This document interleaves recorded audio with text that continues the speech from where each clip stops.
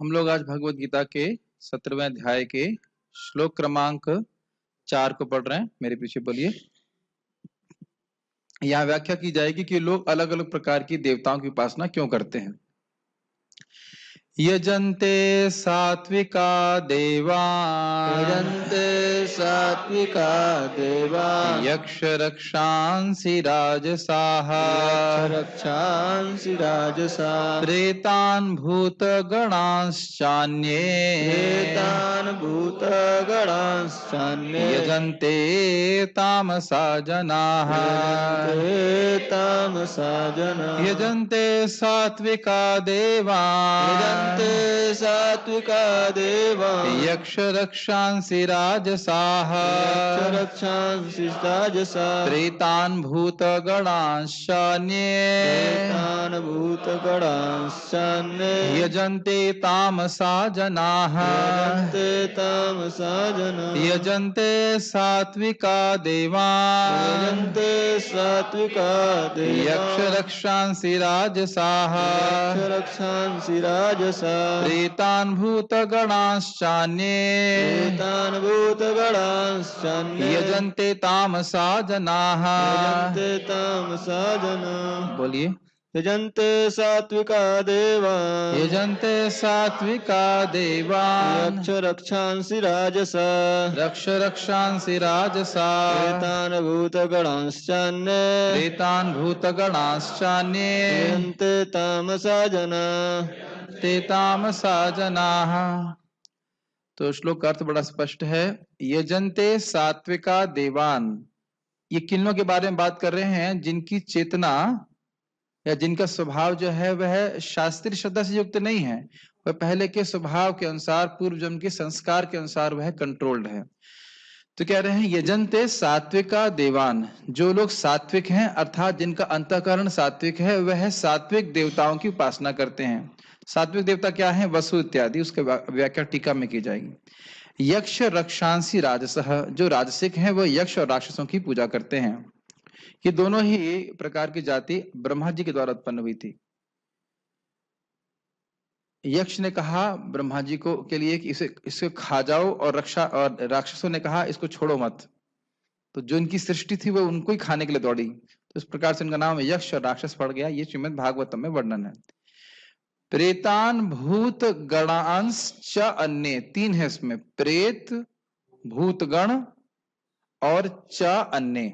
तो प्रेत क्या होता है बताएंगे। तो प्रेत भूत यानी कि शिव जी के पार्षद इत्यादि, और च मतलब माताएं हैं, 7 प्रकार की माताएं होती उनकी, अन्य मतलब अन्य प्रकार के लोग जो हैं उनकी। यजन्ते तामसः जना, जो लोग तामसिक हैं वो उनकी पूजा करते हैं। स्पष्ट है, श्लोक स्पष्ट है। इन काफी रोचक बातें आपको सुनने को मिलेंगी इसमें, पढ़ते हैं इसको। अनुवाद। सतोगुणी व्यक्ति देवताओं को पूजते हैं, रजोगुणी यक्षों व राक्षसों की पूजा करते हैं, और तमोगुणी व्यक्ति भूत प्रेतों की पूजा करते हैं को पूजते हैं। गीता भूषण टीका। इस श्लोक में उनके विभिन्न कर्मों के अनुसार विभिन्न श्रद्धाओं का वर्णन किया जा रहा है। ये आपको समझना होगा कि पहले के जन्मों में उन्होंने विभिन्न प्रकार के गुणों का संग विभिन्न कर्मों के द्वारा किया, उस कारण से उनका अंतःकरण इस प्रकार का हुआ, और इस जन्म में भी वह वैसे ही कार्य करने के लिए प्रेरित हो जाते हैं गुणों के द्वारा, जब तक उनको भक्तों का संग मिलकर शास्त्रीय श्रद्धा का निर्माण उनके हृदय में नहीं होता है। जैसे कल एक प्रश्न उठा था कि हमें मंगलवार का व्रत करना चाहिए कि सोमवार का करना चाहिए, किसका करना चाहिए। लेकिन प्रश्न उस पर प्रश्न यह बनेगा कि हम ये कर क्यों रहे हैं, और काफी जगह आपको उत्तर में मिलेगा कि हमको पता नहीं कि हम क्यों कर रहे हैं। तो आप देख सकते हैं कि क्या कारण है। पहले के जन्म का संस्कार इस प्रकार का है, तो इस जन्म में भी वैसे संस्कार के प्रति व्यक्ति आकृष्ट होगा, उसका हृदय इस प्रकार का होगा, लेकिन भक्तों के संग में आकर सुनेगा तो फिर भगवान की भक्ति में लग जाएगा। जो लोग पूर्व संस्कारों के कारण उत्पन्न श्रद्धा के कारण बिना किसी विवेक के वसु और रुद्र आदि सात्विक देवताओं को पूजते हैं, उन्हें सात्विक कहा जाता है। कुछ बातें समझनी होंगी। विवेक का मतलब समझते हैं। विवेक का अर्थ होता है सार असार का ज्ञान। ये वस्तु अच्छी है या ये वस्तु में मतलब कुछ दम है और इस वस्तु में दम नहीं है। दम का मतलब वास्तविकता है, वस्तु अच्छी है, इसको लेना चाहिए, इसको नहीं लेना चाहिए, ऐसा विवेक नहीं होता। लोग प्राय जगत में अगर पूजा करते भी हैं तो उन्हें पता नहीं होता कि पूजा कर क्यों रहे हैं। और या फिर पदा भी होता है तो किस लिए, कुछ छोटी मोटी भौतिक इच्छाओं की पूर्ति के लिए, लेकिन वह ये नहीं समझते कि वो आत्मा है और उनका परम कल्याण भगवान के धाम में जाने को है। तो वह ना समझ करके कुछ ही देवता की पूजा की, सॉरी देवता की या भूत प्रेत आदि की वो पूजा करते हैं। इससे वो सोचते हैं कि जीवन की सिद्धि प्राप्त हो जाएगी। समझ रहे हैं? और ये क्यों हो रहा है? श्रद्धा के कारण। और श्रद्धा क्यों है? श्रद्धा कैसे उत्पन्न हो रही है? श्रद्धा उत्पन्न हो रही अंतःकरण के कारण। और अंतःकरण की स्थिति कैसे हुई? अंतःकरण की स्थिति कैसे उत्पन्न हो रही है? पूर्व जन्म में जो हम लोगों ने रजोगुण तमोगुण सतोगुण का संग किया, उसके अनुसार अंतःकरण की स्थिति हो रही है। और अंतःकरण का मतलब क्या बताया था? मन बुद्धि अहंकार और चित्त। और इसका एक और गुण बताया था कि हम जो कुछ कर्म करते हैं उसके संस्कार को ये एब्जॉर्ब कर लेते। ये सब बातें थी। तो ये जन्म जन्मांतर चलता रहता है, इस कारण व्यक्ति जीवन में इस प्रकार से कार्य करता है। नोट, विष्णु पुराण में वसुओं का वर्णन है। यहाँ सात्विक देवताओं के बारे में बात हो रही है। आप यानी जल, ध्रुव नक्षत्र, सोम यानी चंद्रमा, धारा मतलब पृथ्वी, अनल मतलब वायु, अनल मतलब अग्नि, प्रतुष अर्थात संध्या और प्रभास मतलब प्रकाश। यानी कि इन सब एलिमेंट्स को या समय को जो नियामक देवता हैं उनको सात्विक देवता कहा जाता है। समझ में आ रहा है बात? ये बहुत तेज चला गया, मैं समझ में आ रहा है ना? ये एलिमेंट्स को कंट्रोल करने वाले जो देवता हैं ये सात्विक देवता कहलाते हैं, तो लोग उनकी पूजा करते हैं। जो व्यक्ति राजसिक उपास्यों की पूजा करते हैं, यथा यक्ष, राक्षस, कुबेर और नैऋति, तो ऐसे उपासक रजोगुण में होते हैं। स्पष्ट है। नोट, नैऋति एक राक्षस का नाम है जो दक्षिण पश्चिमी दिशा का नियंता होता है। जैसे ये रूम देख रहे हैं ना, इस रूम में ये है ईस्ट, ईस्ट है ना, sorry north, south, east, west. तो ये वाला जो कॉर्न है जो मेरे जस्ट पीछे है, इसे ये है दक्षिण पश्चिमी, साउथ वेस्ट। तो जो लोग वास्तु जानते हैं उसको वो जानते हैं कि ये नैऋत्य कोण कहलाता है, नैऋत्य कोण। तो नैऋत्य नाम का एक राक्षस है जो इस दिशा को कंट्रोल करता है। तो इस प्रकार के यक्ष राक्षसों की पूजा ये लोग करते हैं जो लोग राजसिक होते हैं। ठीक है, समझाना तो नहीं है, समझ में आ रहा होगा। जो लोग तामसिक उपास्यों, उपास्यों मतलब जिनकी उपासना की जाती है, यथा प्रेत और भूत आदि की पूजा करते हैं, तो ऐसे व्यक्ति तामसिक कहलाते हैं। ध्यान देना होगा कि भूत प्रेत होते हैं। कुछ लोग कहते हैं कि क्या आप भूत प्रेत पे विश्वास करते हैं? विश्वास की क्या बात है? भगवान स्पष्ट यहाँ बोल रहे हैं। मैंने तो देखा है कितनी बार लोगों को भूत आ जाता है, प्रेत आ जाता है। और वैसे लोग बड़े तमगुणी होते हैं, उनको मांस मदिरा इत्यादि के द्वारा पूजा होती है उसमें। तो वैसे भी लोग पूजा करने वाले भी तामसिक होता है और जो उनका उपास्य है वह भी तामसिक होता है। प्रेत ऐसे पतित ब्राह्मण होते हैं जो मृत्यु के बाद उल्का मुख, उल्का मुख मतलब मैं समझ रहा हूं जो है वो अग्निमुख होगा, उसका मुंह से अग्नि निकलती होगी। आप कुछ कहना चाहते हैं इसके ऊपर? कुछ पता है आपको? उल्का मुख, कट और पूतना के रूप में वायवीय शरीर प्राप्त करते हैं। वायवीय शरीर मतलब है सूक्ष्म शरीर। वह दिखता नहीं है प्राय, लेकिन कुछ कुछ लोगों के पास शक्ति होती है उसे देखने की। कट और पूतना, पूतना के बारे में जानते हैं आप। पूतना लोक बाल अग्नि, भगवान कृष्ण के समय में भी वह होती थी। वो बच्चों का खून पीती हैं। इस प्रकार की स्त्रियां होती हैं, स्त्री क्या भूत जैसी होती हैं। तो इस प्रकार के वह अगर कोई मतलब मर जाता है, अकाल मृत्यु से कहा जाए, या उसने आत्महत्या कर ली, तो इस प्रकार का ब्राह्मण या पतित हो गया तो उस प्रकार का भूत बन जाता है, वो दूसरों को परेशान करता है। ये सबसे, मैंने ब्रह्म राक्षस सुना है। ब्रह्म राक्षस मतलब जो ब्राह्मण भूत बन जाता है वो सबसे शक्तिशाली कहा जाता है, ऐसा रहता है। अब इस पे कोई डिस्कशन में चालू कर दीजिएगा, मैं कोई इस पे रिसर्च स्कॉलर नहीं हूँ भूत प्रेतों के ऊपर, लेकिन बात समझ लेना चाहिए कि ये तामसिक होता है। आप देख सकते हो लोग शमशान में जाएंगे और मुर्दों की उपासना करते हैं ना, क्या क्या करते रहते। और अगर आप उनको पूछो कि भाई मंगल आरती क्यों नहीं आते, तो वह उसमें कोई रुचि नहीं दिखाएंगे। अन्यों के अनुसार प्रेत एक प्रकार के पिशाच होते हैं। ये भी सुना होगा आपने, मैंने देखा कुछ ना, पिशाच वगैरह आ जाता है तो बड़ी हालत खराब हो जाती है, उसको निकालना बड़ा मुश्किल होता है। भूत और प्रताप मतलब एक बोलने अलग अलग वैरायटी है, अब क्या सर्च करना उसके ऊपर, है कि नहीं?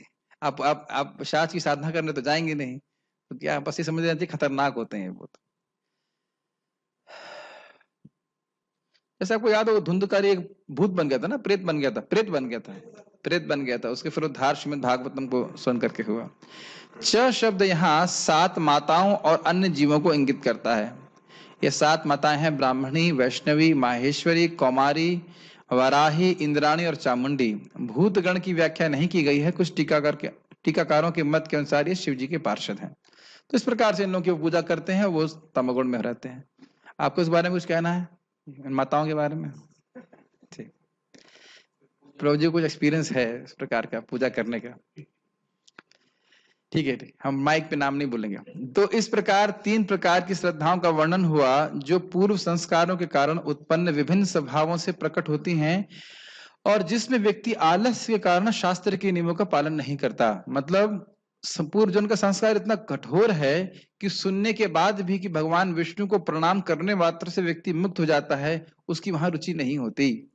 जैसे दुर्योधन बोलता है, बहुत सुंदर, बहुत फेमस श्लोक है, जानामि अधर्मम न च मे, जानामि धर्मम न च मे निवृत्तिम, जानामि अधर्मम न च मे, सॉरी, जानामि धर्मम न च मे निवृत्त न च मे प्रवृत्तिम, जानामि अधर्मम न च मे निवृत्तिम। मैं जानता हूं कि धर्म क्या है, लेकिन मेरी उसमें प्रवृत्ति नहीं, मैं उसे करना नहीं चाहता हूं। और मैं जानता हूं कि अधर्म क्या है, और उसको मैं उससे मेरी निवृत्ति नहीं, उसे छोड़ नहीं पा रहा हूं। तो ये पूर्व के संस्कार इस प्रकार के होते हैं। समझ रहे ना मेरी बात? तो यहाँ कह रहे हैं कि वह आलस्य के कारण और अपने पूर्व संस्कार के कारण शास्त्र के नियम को नहीं सुनता है। यह समझना चाहिए कि वैदिक शास्त्रों का पालन करने वालों के संग के द्वारा ऐसे व्यक्ति अपने स्वभाव पर विजय प्राप्त कर पाते हैं और कभी कभी वेद की आज्ञा के अधीन आ जाते हैं। मतलब चाहे वो सात्विक हो, चाहे वो तामसिक हो, चाहे वो राजसिक हो, अगर भगवान के भक्तों के संग में आया तो वह अपनी इस तथाकथित पूजा को त्याग करके भगवान विष्णु का या कृष्ण का भजन करना शुरू करेगा। ये बात समझ में आ रही है?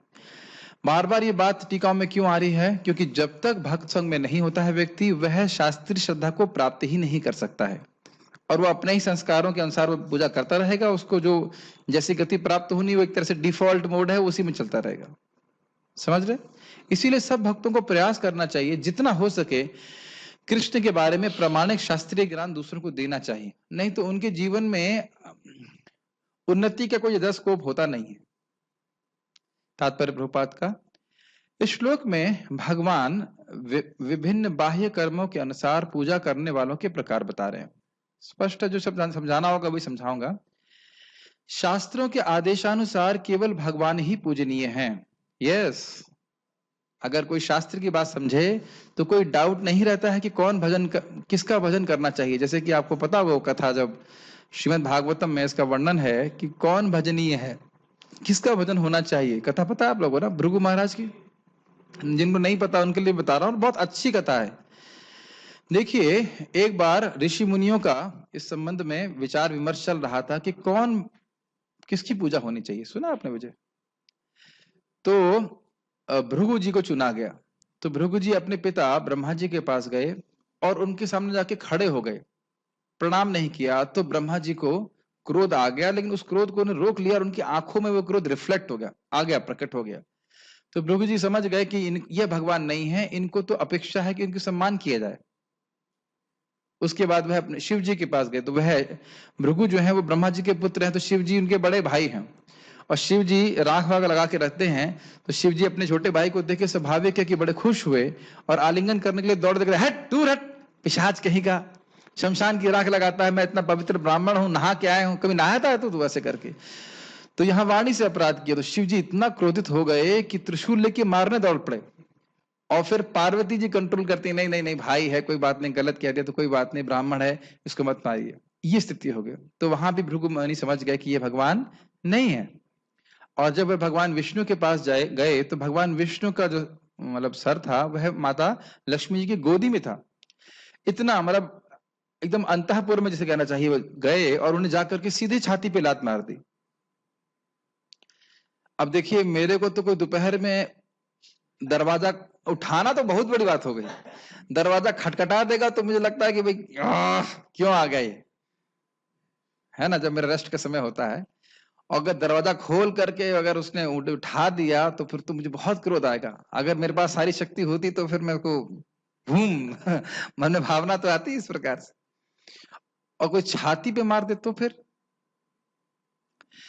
तो वहां भृगु मुनि उनकी पत्नी के सामने ही उनकी छाती पे प्रहार करते हैं और विष्णु भगवान कहते हैं, तुरंत खड़े हो जाते हैं, कहते ब्राह्मण देव, मुझे पता नहीं था कि आप आ रहे हैं, मुझे क्षमा कर दीजिए, मेरी छाती बहुत कठोर है, आपके पांव को पीड़ा पहुंची होगी।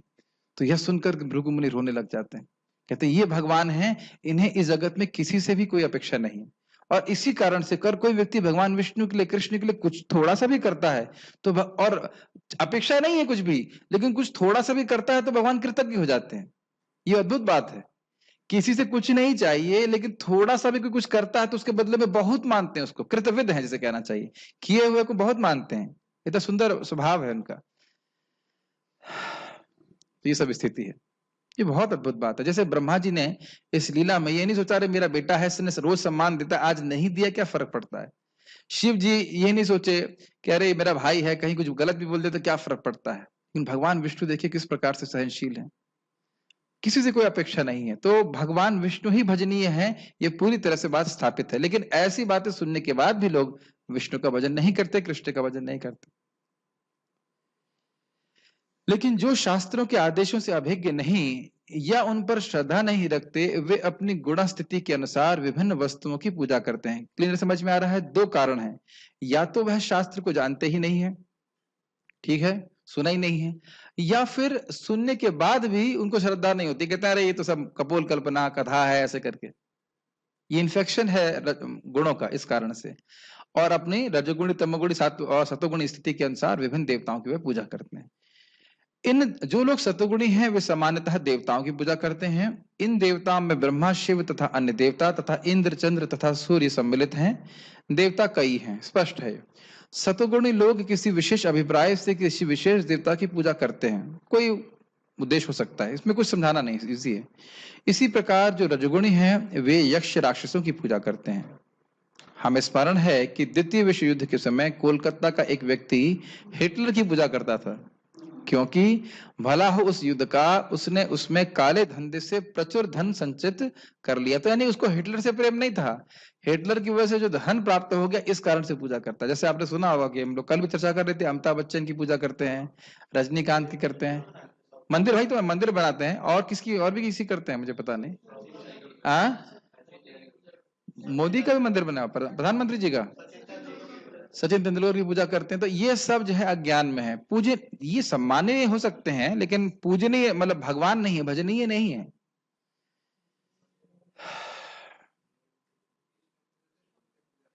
इसी प्रकार जो रजोगुणी तथा तमोगुणी होते हैं वे सामान्यतः किसी प्रबल मनुष्य को ईश्वर के रूप में चुन लेते हैं। वे सोचते हैं कि कोई भी व्यक्ति ईश्वर की पूजा की तरह पूजा जा सकता है और फल एक सा होगा। इस संबंध में बहुत कठोर बात महाराज जी बोलते हैं। वो कहते हैं कि बहुत सारे लोग अगर किसी व्यक्ति को भगवान कह दें, इससे वो भगवान हो नहीं जाता है। जैसे अगर कोई कुत्ता है और कुत्ते के गले में टांग दिया जाए लिख करके भारत के प्रधानमंत्री, तो इससे कुत्ता भारत का प्रधानमंत्री नहीं बन जाता। बहुत अंतर है, बहुत अंतर है कुत्ते में और भारत के प्रधानमंत्री में। भारत के प्रधानमंत्री कितने सम्माननीय हैं, कितनी शक्तिशाली हैं, क्या कुत्ता कभी उनकी बराबरी कर सकता है? नहीं। तो ये एक बहुत बड़ा ज्ञान है। यहां तक कि कभी कभी गुरुजी भी स्वयं, या बहुत बार गुरुजी भी अपने शिष्य को नहीं बताते हैं कि वह भगवान नहीं है। मान लो शिष्य बोल भी दे कि भाई गुरुजी आप भगवान हो, इसका अर्थ यह नहीं है कि गुरुजी भी बोले कि मैं भगवान हूं। एक संबंध में महाराज बता रहे थे कि गुरुजी शिष्य को पूछे, नहीं, शिष्य ने गुरुजी से पूछा, सच्ची घटना है, गुरुजी आप भगवान हैं? तो गुरुजी कहते हैं तुम्हारा क्या साक्षात्कार है इस संबंध में, तुम्हारा क्या रियलाइजेशन है? तो उन्होंने कहा कि मुझे तो आप परब्रह्म, साक्षात परब्रह्म नजर आते हैं। तो गुरुजी कहते हैं तुम्हारा रियलाइजेशन गलत हो ही नहीं सकता है। तो अब गुरुजी जो है वो चेले की रियलाइजेशन पे चल रहे हैं, ये स्थिति है। ऐसा लगता है कि बड़ी हाई फाई बात हो रही है, लेकिन मूर्खता की बात है। शिष्य के साक्षात्कार पे गुरुजी चलेंगे?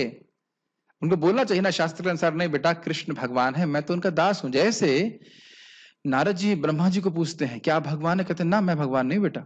यमराज जी से यमदूत पूछते हैं कि आपसे भी बड़ा कोई शासक है? तो कहते हैं हाँ शासक हैं भगवान विष्णु, उन्हीं के दूतों को तुमने देखे थे। समझ रहे हैं? ये गुरु का कर्तव्य है कि बताए कि भगवान कृष्ण है, वो भगवान नहीं है। जैसे आप लोग लीलामृत पढ़ेंगे, प्रभुपाद जी अमेरिका से इधर आए भारत में, तो मालूम चला कि अमेरिका में कुछ लोगों ने हल्ला कर दिया कि प्रभुपाद जी कृष्ण हैं। और प्रभुपाद जी ने उन व्यक्तियों को इस्कॉन के बाहर कर दिया। गुरु जी कृष्ण नहीं है। जैसे महाराज जी बताते हैं, एक बार कोई कहीं पे सावन का महीना चल रहा था तो गुरु जी को झूला पे बैठा दिया और हमारे गुरु क्या, हाँ हमारे सदगुरु, जब बोलिए क्या है वो जरा वो याद नहीं आता, वो महाराज क्या बोलते, कोई अवधि में बिहारी में कुछ बोलते हमारे हैं। सतगुरु के झूलेला झूलना करके ऐसे कुछ। हाँ, हमारे सदगुरु के झूलेला झूले ना ऐसे करके, हमारे सदगुरु को झूला झुलाएं। झूला किसको झुलाना चाहिए? राधा कृष्ण को झुलाना चाहिए। तो गुरु का कर्तव्य है बताए, लेकिन ऐसी बातें नहीं बताते हो। तो प्राय लोग सोचते हैं कि हमारे गुरु जो है वो भगवान है, लेकिन और ये भी समझते नहीं कि भगवान का अर्थ क्या है। पूछो कि तुम्हारे गुरु जी के शरीर से विभिन्न ब्रह्मांड बाहर निकल के आ रहे हैं। महाराज तो और कहते हैं, जो लोग अपने आप को भगवान घोषित करते हैं उनसे पूछो, भाई भगवान विष्णु की तो प्रार्थना करने के लिए देवता लोग गए थे कि आप आइए अवतार लीजिए, आपका अवतार लेने के लिए कौन प्रार्थना करने गया था? कौन गया था बताइए कि आप आ जाइए, और आप ना करके क्या कल्याण कर दिए जगत का। तो इस प्रकार से ये समझना होगा कि इस प्रकार की चीजें हम भारत में बहुत विशेष रूप से देखते हैं कि लोग सामान्य लोगों को ईश्वर मानने लग जाते हैं। नहीं करना चाहिए। यहाँ पर इसका स्पष्ट वर्णन है कि रजोगुणी लोग ऐसे देवताओं की सृष्टि करके उन्हें पूजते हैं, और सृष्टि करते हैं मतलब खुद ही सोच लेते हैं कि ये देवता हैं। और जो तमोगुणी हैं, अंधकार में हैं, वे प्रेतों की पूजा करते हैं। कभी कभी लोग किसी मृत प्राणी की कब्र पर पूजा करते हैं। ये तो काफी प्रसिद्ध बात है। यहाँ तक कि मैंने सुना इस प्रकार से लोग सोचते हैं कि कब्र से लोग उठेंगे, उसके बाद फिर उनका हिसाब किताब होगा। नहीं, हिसाब किताब तो तुरंत हो जाता है। मरने के बाद तुरंत जो पाप पुण्य किया है वो यमराज जी के पास चला जाती है आत्मा, शरीर नष्ट हो जाता है। इस अज्ञान में लोग इस प्रकार से सोचते हैं। मैथुन सेवा भी तमोगुणी मानी जाती है। इसी प्रकार भारत के सुदूर ग्रामों में भूतों की पूजा करने वाले हैं। हमने देखा है कि भारत में निम्न जाति के लोग कभी कभी जंगल में जाते हैं, और यदि उन्हें इसका पता चलता है कि कोई भूत किसी वृक्ष पर रहता है तो वे इस वृक्ष की पूजा करते हैं और बलि चढ़ाते हैं। ये मेरे ख्याल से गांवों में देखा होगा आपने, जो बहुत बहुत होता है इस प्रकार से। कभी कभी तो वो बच्चों को पकड़ के ले जाते हैं बलि चढ़ाने के लिए, है ना। क्या महाराज बता रहे थे कि कोई भक्त थे, उनके शिष्य थे महाराज जी के, और वो बिहार में कहीं जा रहे थे, अपने गांव ही जा रहे थे। गांव मतलब अपनी ससुराल बोलते, हाँ ससुराल जा रहे थे वो। तो उस समय कोई ऐसे उड़का नाम का था, वो होता है उड़का। तो वो जो है डकैत होते थे, वो लोग बलि के लिए बच्चों को पकड़ लेते थे। तो एक आदमी उनके साथ में हो लिया तो उनके संग उनकी बच्चा भी था। तो जो प्रभु जी थे उनके संग एक और भक्त था, वो भक्त नहीं था, व्यक्ति था, वो सुरती खाता था। तो सुरती खाने वाले ने बोला कि तो भाई काम शुरू किया जाए अपना तो वो व्यक्ति जो है सोचा कि लग रहा है ये हमारे बच्चे को पकड़ ले जाएंगे, तो कहें यही लग रहा है ये ओड़का ही है, ओड़का करके हैं। तो वो अपने बच्चे को लेके भाग गया वहां से तुरंत तेजी से, और आगे गांव में जाके पहुंचा कि ओड़का आए हैं, ओड़का आए हैं, ये हमारे बच्चे को पकड़ लेंगे। और फिर वो लोग सारे गांव वाले आए, पीटना चालू किया उनको। तो देखा कि अरे उनमें से कोई व्यक्ति उसी गांव का था जहाँ के वो ससुराल थी, कहते ही तो हमारे दामाद साहब ऐसे करके, तो फिर वो बच गए। तो इस प्रकार के लोग लेकिन होते हैं जो लोगों के बलि चढ़ा देते हैं। ये सब तमोगुण में है। ये पूजा के विभिन्न प्रकार वास्तव में ईश्वर पूजा नहीं है। ईश्वर पूजा तो सात्विक पुरुषों के लिए है। श्रीमद् भागवत में कहा गया है, सत्वम विशुद्धम वसुदेव शब्दितम। जब व्यक्ति सत्वगुणी होता है तो वह वासुदेव की पूजा करता है। अब आप लोग के मन में प्रश्न आएगा, अरे अभी आपने कहा कि सातोगुणी लोग देवताओं की पूजा करते हैं, अभी आप कह रहे हो कि सतोगुणी लोग विष्णु की पूजा करते हैं। देखिए अंतर है। सात्विक लोग अगर शास्त्रीय श्रद्धा से युक्त हो जाते हैं तब वह भगवान विष्णु की पूजा करते हैं। ये चीज आप अभी आगे की टीका में पढ़ेंगे। जो सात्विक लोग हैं उनके अंदर काफी संभावना है कि अगर वो भक्तों का संग करेंगे तो उनको शास्त्र में श्रद्धा हो जाएगी और वो भगवान की भक्ति करने लग जाएंगे। रजोगुणी तमोगुणी स्वभाव के लोगों के लिए थोड़ा कठिन होता है, और सात्विक लोगों के लिए इस प्रकार से भगवान की बात को, शास्त्र को स्वीकार करना आसान होता है। इसलिए बोल रहे हैं, जो भी श्रीमद् भागवतम के अनुसार श्रद्धा जो धारण कर रहा है वह श्रद्धा निर्गुण श्रद्धा होती है। निर्गुण का मतलब है तीनों गुणों के परे। वो व्यक्ति भले परे ना हो लेकिन उसकी श्रद्धा निर्गुण है कि मैं कृष्ण का हूं, मुझे कृष्ण का भजन करना है, कृष्ण के लिए, कृष्ण का प्रेम प्राप्त करने के लिए। ये श्रद्धा है, ये विश्वास है, ये इच्छा है। द्वारका प्रभु समझ में आ रहा है आपको? ये कंफ्यूजन क्लियर हुआ कि सात्विक व्यक्ति एक तरफ बोल रहे देवता, एक तरफ बोल रहे विष्णु, तो क्यों बोल रहे हैं, समझ में आ रहा है ना? ठीक है। तात्पर्य यह है कि जो लोग गुणों से पूर्णतः शुद्ध हो चुके हैं और दिव्य पद को प्राप्त हैं, वे ही भगवान की पूजा कर सकते हैं। क्लियर हो गया? नहीं समझ में आया अभी? एकदम क्लियर बोल रहे हैं। जिसकी निर्गुण, अच्छा हमारी चेतना भी पूरी तरह शुद्ध नहीं है, लेकिन हम शास्त्र का आश्रय ले रहे हैं, वैष्णव का आश्रय ले रहे हैं जो निर्गुण है, तो वे हमको बताते हैं, तो उनकी आज्ञा के अनुसार हम चलते हैं, तो हमारी श्रद्धा भी निर्गुण हो जाती है और हम लोग भी क्रमशः भगवान की भक्ति करके निर्गुण हो जाते हैं। यह नहीं सोचना चाहिए कि भगवान विष्णु के जो भक्त हैं वह सात्विक हैं और कृष्ण के भक्त निर्गुण हैं। ये भी हमने एक प्रवचन में सुन लिया था, कई भक्त बोल रहे थे, ऐसा बिल्कुल गलत है। भगवान विष्णु के भक्त हों चाहे वो भगवान कृष्ण के भक्त हों, वह दोनों ही निर्गुण श्रद्धा से युक्त होते हैं। इसमें भेद नहीं देखना चाहिए। कहीं ऐसा मन में है तो नहीं ना आपके? दोनों ही लोग शुद्ध भक्ति कर सकते हैं, केवल रस का भेद हो सकता है, लेकिन दोनों ही शुद्ध भक्त हैं। चाहे विष्णु स्वरूप की पूजा कर रहे हैं, चाहे वो कृष्ण स्वरूप की पूजा कर रहे हैं। ठीक है? निर्विशेषवादी सतगुण में स्थित माने जाते हैं और वे पंच देवताओं की पूजा करते हैं। बड़ा इंटरेस्टिंग बात बोल रहे हैं, बहुत ध्यानपूर्वक सुनिए। वे भौतिक जगत में निराकार विष्णु को पूजते हैं, जो सिद्धांतीकृत विष्णु कहलाता है। विष्णु भगवान के विस्तार हैं, लेकिन निर्विशेषवादी अंततः भगवान में विश्वास न करने के कारण सोचते हैं कि विष्णु का स्वरूप निराकार ब्रह्म का दूसरा पक्ष है। इसी प्रकार वे मानते हैं कि ब्रह्मा जी रजोगुण के निराकार रूप हैं, अतः वे कभी कभी 5 देवताओं का वर्णन करते हैं जो पूज्य हैं। इसको थोड़ा समझना चाहिए। निर्विशेषवादियों की धारणा है कि एक निराकार ब्रह्म है, इसको हमने कई बार व्याख्या किया है, और वह जब सतोगुण के संग में आता है तो वह विष्णु बन जाता है, जब रजोगुण के संपर्क में आया तो वह ब्रह्मा जी के रूप में आ गया, और जब वह तमोगुण के संपर्क में आ रहा है तो वह शिव जी बन गया। इस प्रकार से वह विभिन्न देवताओं के रूप में है। तो भले ही वह पंचो उपासना करते हुए दिखते हैं, वो लग रहा है कि देवताओं की उपासना कर रहे हैं, लेकिन वास्तविक रूप से उनका क्या श्रद्धा है कि ये देवता वास्तविक देवता नहीं है, असली चीज तो निर्गुण ब्रह्म है।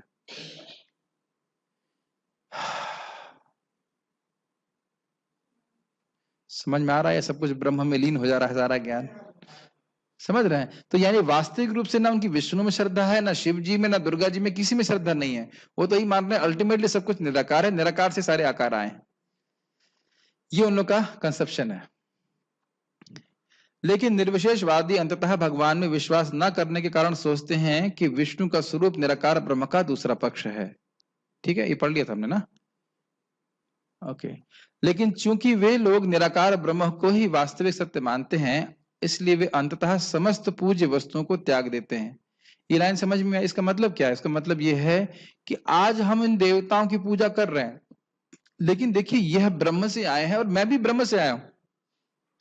तो जब मैं पूजा करूंगा, पूजा करते करते एक दिन मुझ में और मेरे उपास्यों में, देवता में भेद सब समाप्त हो जाएगा, मैं भी ब्रह्म बन जाऊंगा, फिर मुझे पूजा करने की जरूरत नहीं रहेगी। क्या भक्त लोग इस प्रकार से सोचते हैं? नहीं। वो जानते हैं कि भगवान कृष्ण हमारे परम उपास्य हैं, नित्य उपास्य हैं, सनातन उपास्य हैं। भगवान के धाम जाकर भी हम भगवान कृष्ण की सेवा ही करेंगे।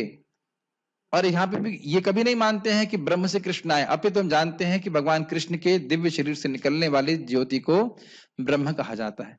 ब्रह्मणो ही प्रतिष्ठा हम, ये हमने सुन चुके हैं, हम लोग 14th के लास्ट श्लोक में सुना था ना? ठीक है।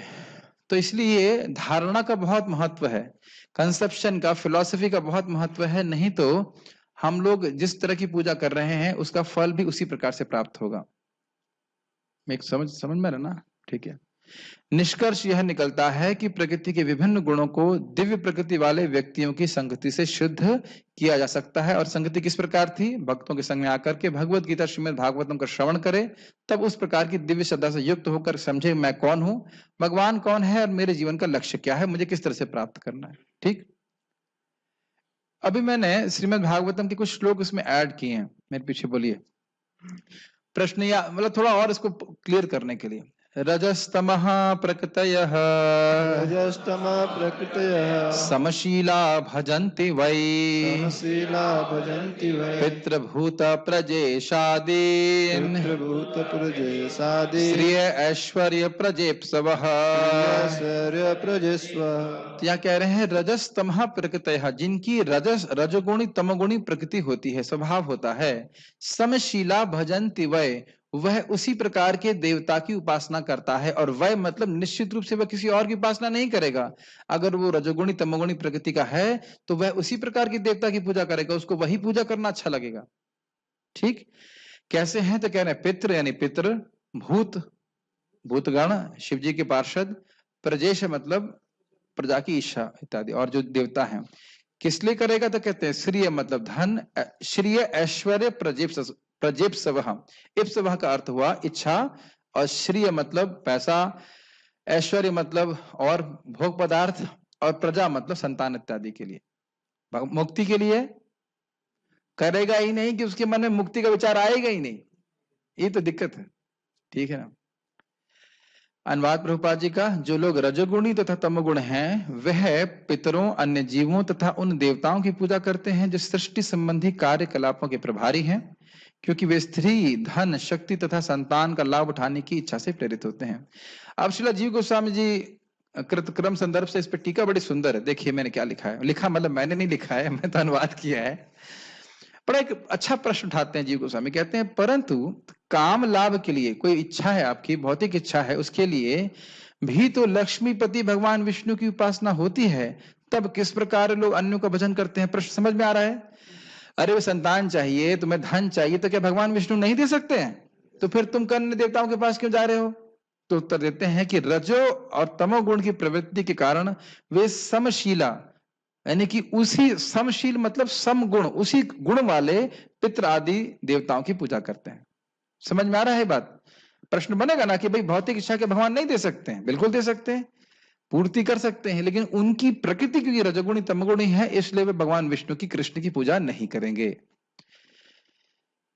जैसे अब हमारे यहाँ पे गौशाला, मैंने पहले बताया था, गौशाला में डूनर आए थे, तो उन्होंने बताया कि उनका 2008 में सारा धन खत्म हो गया था।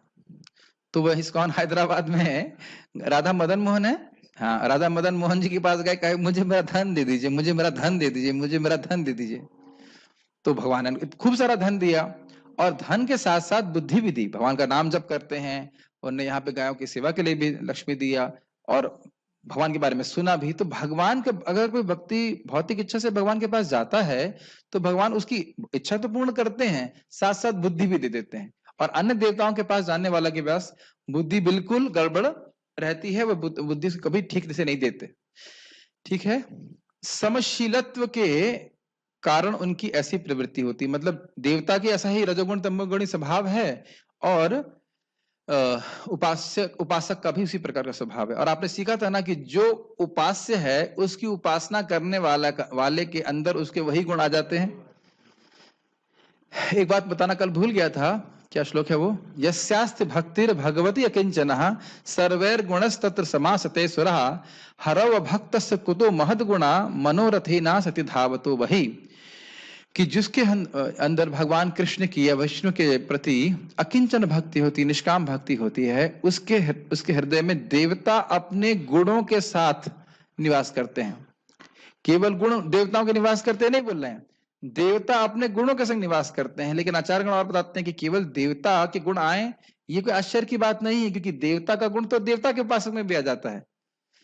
जैसे कि सतराजित के पास एक मणि आ गई थी, जिससे बहुत वह ज्वाजल्यमान हो गया था, क्योंकि वह सूर्य की उपासना करता था।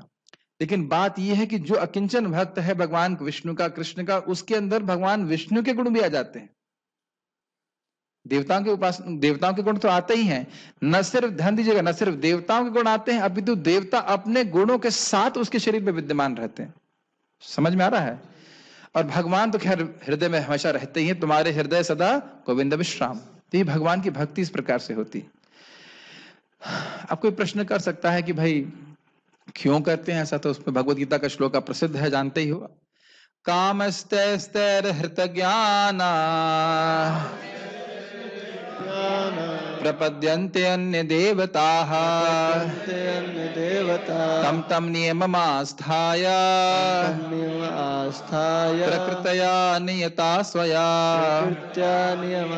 तो बड़ा स्पष्ट कह रहे हैं, कामस्तैस्तैर हृत ज्ञान, काम वासना के कारण उनका ज्ञान जो हृदय में है वह जो ज्ञान है वह हृत हो गया है, अपहृत, वह कैप्चर, किडनैप हो गया है। इस कारण तो समझ ही नहीं पा रहे हैं कि शरीर नहीं, वह आत्मा है। इस कारण से प्रपद्यन्ते अन्य देवता, अन्य देवता का मतलब है भगवान विष्णु, भगवान कृष्ण को छोड़कर किसी अन्य देवता के पास जाते हैं। और फिर क्या कहते हैं? तम तम नियममास्थाया प्रकृतया नियता स्वया, अपनी प्रकृति, अपने स्वभाव के कारण वे एक विशेष प्रकार के नियमों का पालन करते हैं जिससे उस देवता की पूजा होती है। तो हमने 2-3 श्लोक आपको और दिखाए उसी बात को पुष्ट करने के लिए कि अपने स्वभाव के अनुसार व्यक्ति अन्य देवताओं की पूजा करता है, अन्यथा वो शास्त्र पे विषय सुने तो भगवान विष्णु ही भजनीय है, कृष्ण भजनीय है। जिनकी बुद्धि भौतिक इच्छाओं द्वारा मारी गई है वे देवताओं की शरण में जाते हैं और वे अपने अपने स्वभाव के अनुसार पूजा विशेष विधि विधानों का पालन करते हैं। प्रश्न किसी भक्त का है तो हम ले सकते हैं। Any questions? 2 प्रश्न हैं। लेक्चर सुनती हूँ वो याद लेक्चर प्रश्न ये है कि लेक्चर सुनती हूँ वो याद नहीं रहता है, भूल जाती हूँ। ये एक अच्छा प्रश्न है, ये काफी भक्तों का प्रश्न हो सकता है। देखिए 3 प्रकार के चित्त होते हैं, तमोगुणी प्रधान, रजोगुणी प्रधान और सत्वगुणी प्रधान। तो जब कृष्ण कथा सुनते हैं तो इन चित्तों पे अलग अलग प्रभाव पड़ता है। जैसे अगर एकदम सूखी मिट्टी है और उसमें आप अपना पांव धरें तो कुछ संस्कार तो बनेगा लेकिन कुछ समय के बाद वह उड़ जाएगा, तो वह हो गया तमोगुणी चित्त। और ना गलत बोल गया, क्षमा कीजिएगा, अगर आप ये पत्थर पे पांव रखें तो कोई संस्कार बनता हो दिखेगा ना, ये बनेगा भी तो तुरंत मिट जाता है, तो ये हो गया तमोगुणी। और अगर सूखी मिट्टी पे पांव धरा तो कुछ समय के लिए संस्कार बनेगा और फिर चला जाएगा। और अगर मिट्टी गीली है और उस पर आप पांव रखेंगे तो वह संस्कार पक्का बन जाएगा। तो उसी प्रकार से अगर हमारा चित्त तमोगुणी है, रजोगुणी है और सत्वगुणी है, उसके अनुसार हमें बातें समझ में आएंगी, याद रहेंगी। और यह भक्त को इससे निरुत्साहित नहीं होना चाहिए। अगर हम, जैसे मैंने पहले बताया था, सत्वगुण का संग करते रहते हैं जानबूझ करके, भले हमको अच्छा न लगे, जब करते रहते हैं, भगवान का प्रसाद ग्रहण करते रहते हैं, कथा श्रवण करते रहते हैं, तो व्यक्ति को बातें याद रहने लगती हैं। जैसे निश्चित रूप से आपको, मुझे लगता है कि ये डिस्कशन से वो अच्छे लगते होंगे तभी आप बार बार आते हो, इसलिए कम से कम अच्छा लग रहा है, ये बहुत अच्छी बात है। अब याद रहे या न रहे ये कोई महत्वपूर्ण नहीं। गौरांग प्रभु बड़ा अच्छा बताते हैं, कहते हैं भाई ये बताओ परशुराम, माइक बहुत दूर बैठे हैं लेकिन आप बता देना जोर से, बचपन से लेकर आज तक आपने कितनी रोटियां खाई हैं? याद नहीं। और ये परशुराम प्रभु से नहीं है, हम सभी लोगों से पूछा जाए कि भाई कितनी रोटी खाई है आपने, हम नहीं याद कर सकते हैं, लेकिन वो रोटी शरीर में गई है कि नहीं गई है? क्या प्रमाण है? क्योंकि आप जिंदा है, शरीर चल रहा है। तो जरूरी नहीं है कि रोटी याद रखी जाए, रोटी खा रहे हैं तो वह हमारे हृदय में, हमारे शरीर को पुष्ट कर रही है। उसी प्रकार से भले याद न रहे लेकिन हरे कृष्णा कृष्णा कृष्णा हरे हरे, हरे राम राम राम हरे हरे, यह है तो याद रह जाएगा ना। और याद रहेगा कि भगवान को भोग लगाना है, तो धीरे धीरे करके चित्त शुद्ध होता है तो बातें याद रहती हैं। पितृ मतलब पूर्वज जिनकी डेथ हो गई है वो है क्या? यही अंडरस्टैंडिंग में समझता हूं। पितृ पूर्वज कैसे बन सकते हैं? आपको क्या टेंशन है? ये तो मरने के बाद उनको कर्म अनुसार दूसरा शरीर प्राप्त कर लेते हैं, तो फिर लोग उनके घर में फोटो लगाकर उनको पितृ देवता क्यों मानते हैं? देखिए ऐसा नहीं है, बहुत सारे, जैसे हम अभी सुनते हैं अर्जुन जब ये गलत अंडरस्टैंडिंग है कि हमारे जो पूर्वज हैं उनको तुरंत मनुष्य शरीर प्राप्त हो जाएगा, ऐसा नहीं है। जैसे कि अर्जुन जब स्वर्ग जाते हैं तो जिनके पूर्वज थे उनको वहां वो मिलते हैं। तो हर, जैसे हमने देखा अभी ये भी पढ़ा था ना कि क्या है वो देवान यान्ति देवव्रता देवान पितरन यान्ति पितृव्रतः भूतानि यान्ति भूतेजा यान्ति मध्याजिनोपमाम। तो अपने कर्मानुसार व्यक्ति विभिन्न विभिन्न लोगों को प्राप्त हो रहा है। तो जो पितरों की पूजा कर रहा है पितरों के पास जाएगा, तो रहते हैं पितर होते हैं, तभी तो बात भगवान यहाँ बोल रहे हैं। यहाँ पे क्या भूत प्रेत डिवोटीज पर भी अटैक करते हैं? अगर डिवोटीज कमजोर होते हैं तो करते हैं। हाँ, कमजोर मतलब आध्यात्मिक रूप से शुद्ध नहीं होते। जैसे स्पेशली मान लो बाथरूम जा रहा है, कुछ कर रहा, तब उस टाइम अपवित्र अवस्था में स्पेशली पकड़ लेते हैं। तो ये कुछ जैसे हम देखते हैं दीति बहुत अच्छा भजन कर रही थी, लेकिन एक समय वो थोड़ा अपवित्र रही तो उसमें मुंह में इंद्र, उनके मुंह में इंद्र घुस गए। मतलब इंद्र भूत नहीं है लेकिन उनपे वो हावी हो जाते हैं। अब भक्ति डिस्टर्ब नहीं कर सकते हैं, लेकिन प्रभुपाद जिसको बोलते हैं यह आदि भौतिक क्लेश है। भूत भी एक प्रकार के जीव हैं, तो वह भी क्लेश। जैसे कहो कि भक्त लोग क्या बीमार पड़ते हैं? हाँ, तो बीमार पड़ते ही हैं। तो जैसे बीमारियां लग जाती हैं ऐसे कभी कभी भूत भी लग जाते हैं, हमने आंखों से देखा है, तो उसका भी इलाज है। मुझे जब ऐसा बोल दूंगा तो फिर कहेंगे प्रभु जी इलाज क्या है जरा बताइए। ठीक है, वो आप व्यक्तिगत रूप से पूछ सकते हैं। ओके, और किसी का प्रश्न क्या यूट्यूब पे है किसी बात कोई, और आप में से किसी का प्रश्न है तो? मेरी फैमिली कन्वर्टेड क्रिश्चियन है और मैं जप करने की कोशिश करती हूँ, हाँ। लेकिन अब कभी संभव नहीं हो पाता। कभी कभी संभव नहीं हो पाता। मैं भक्ति में कैसे प्रगति करूं, कृपया आप बताइए। कृपया नंबर जो दिया गया है इसमें इस्कॉन वाले वेबसाइट पे, तो उसमें आप मैसेज कर दीजिए, आपको जूम लिंक भेज दिया जाएगा। हम लोग इसी क्लास को जूम पे कर रहे हैं, उसी तरह सुबह जप करते हैं, साथ में आप भक्तों के जप करेंगे तो अच्छा हो सकता है। जो लोग कन्वर्टेड क्रिश्चियन नहीं, उनके लिए भी जप करना मुश्किल होता है कि नहीं, अकेले भक्ति करने में मुश्किल होती है। तो मैं देख रहा हूँ किस प्रकार से कुछ भक्त, आज मुझे भक्त बता रहे थे, रुद्र प्रभु बता रहे थे, उनकी माता जी 9 माला करती थी और शायद पहले दिन ही 16 माला कर दिया, दूसरे दिन में 16 माला पहुंच गई। तो काफी अच्छी प्रगति हो जाती है। तो इस प्रकार से सभी लोग भक्तों के संग में आए, अच्छे फीडबैक मिल रहे हैं। कहते हैं प्रभु जी जैसे वृंदावन में भक्तों के संग जब करते थे वैसा लगता है। तो घर में बैठे बैठे एक व्यक्ति बोला, प्रभु जी अब तो चाहे कुछ भी हो जाए, मैं अपना फॉल डाउन नहीं होने दूंगा, पूरी रात में हो जाए लेकिन पूरी रात भी जगा रहूं तो मैं 16 माला करूंगा। हमने कहा इतना उत्साहित होने की जरूरत नहीं है, आप रात में सो जाओ और आप भक्तों के संग में आओ। बड़ा अच्छा लगता है भक्तों के संग में आकर के जप करना। तो आप उसमें संपर्क कर सकते हैं, कोई दिक्कत नहीं है। बहुत सुंदर बात है, वेरी गुड। तो सब लोग अभी ओके। जो हाँ, जो अगर भगवान के साकेत या बैकुंठ धाम जाता है, हरि बोल। हाँ बोलिए। जो अगर भगवान के साकेत या बैकुंठ धाम जाता है, हाँ, तब वह वहां से गोलोक धाम जा सकता है कि नहीं? अच्छा प्रश्न है। इसमें कोई पाबंदी है? अच्छा प्रश्न है, पाबंदी कुछ नहीं है।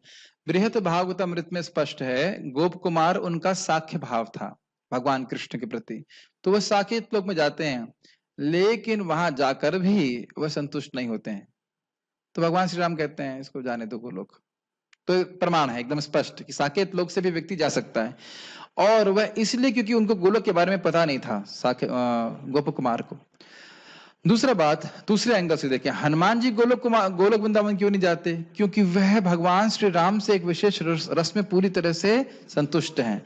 तो वैकुंठ के भक्त गोलोक क्यों नहीं जाते? कि उनको पता नहीं है, सब पता है, लेकिन वह भगवान विष्णु की एक विशेष प्रकार की सेवा करके संतुष्ट हैं। तो इस कारण से कोई प्रतिबंध नहीं है, लेकिन वो एक भाव, विशेष प्रकार का भाव होता है, तो व्यक्ति जा सकता है। गोलोक कहाँ पे है? आध्यात्मिक जगत है, आध्यात्मिक जगत में बहुत सारे वैकुंठ हैं, और वैकुंठ में सबसे सर्वश्रेष्ठ, सबसे ऊपर जो है वह गोलोक है। वहां पहुंचने का आइडिया अच्छा है। यस।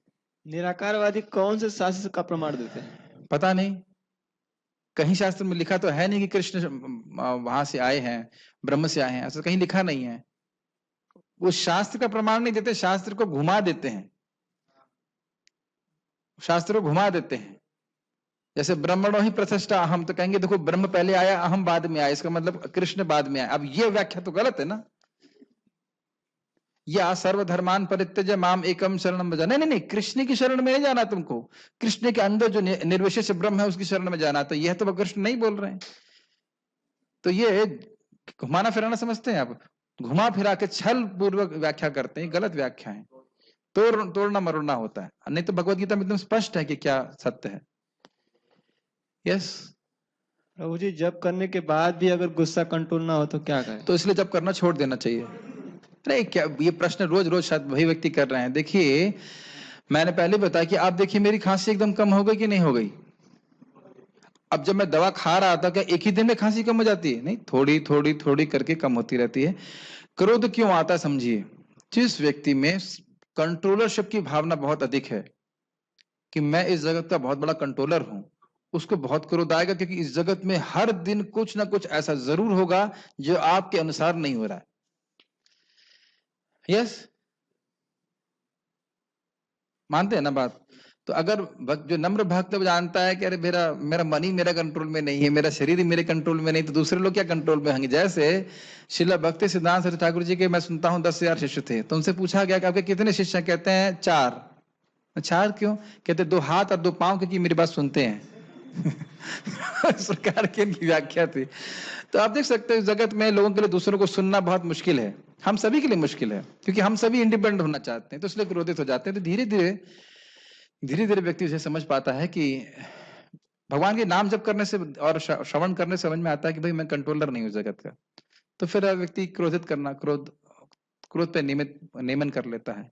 भगवान का व्यक्तिगत विस्तार और गौण विस्तार समझाइए। व्यक्तिगत विस्तार तो हमने कभी सुना नहीं, स्वांश सुना है, स्वांश विभिन्न अंश। स्वांश वो है भगवान विष्णु के अवतार, नारायण भगवान कृष्ण के विस्तार हैं, विष्णु, नारायण, संकर्षण इत्यादि, और विभिन्न अंश हैं हम सभी जीव, और उनके शक्त्यावेश अवतार हैं जैसे कि नारद जी इत्यादि।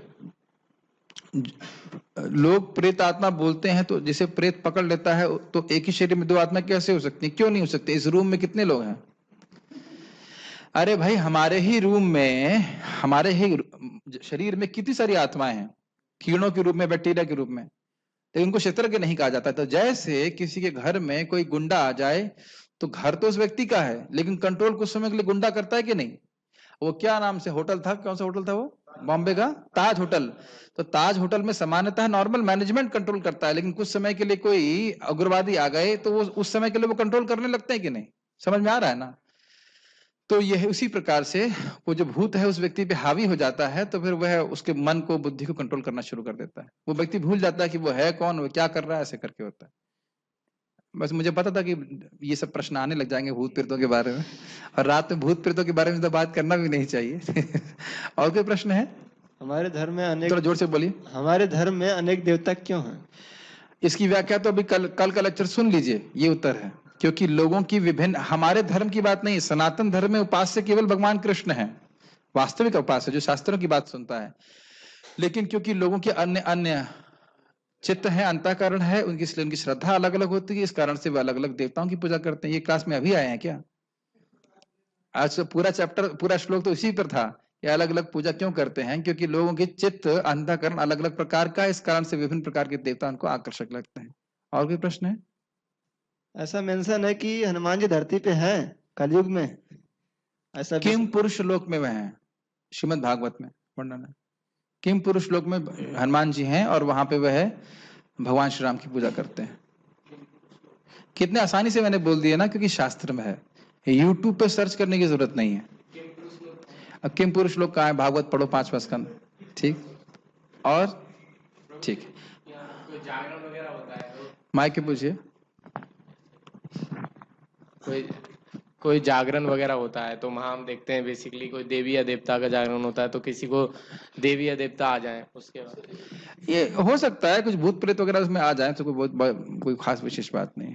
पॉइंट देखिए इस श्लोक का ये है कि हमको भूत प्रेतों की पूजा न करके, यक्ष राक्षसों की पूजा न करके, यहाँ तक कि देवी देवताओं की पूजा न करके भगवान कृष्ण की ही पूजा करनी चाहिए। और जो इस प्रकार से पूजा कर रहे हैं वो लोग गुणों के द्वारा प्रभावित है। मतलब भूत प्रेत आते हैं वो क्या? ये प्रसंग प्रासंगिक नहीं है, बाद में पूछेगा।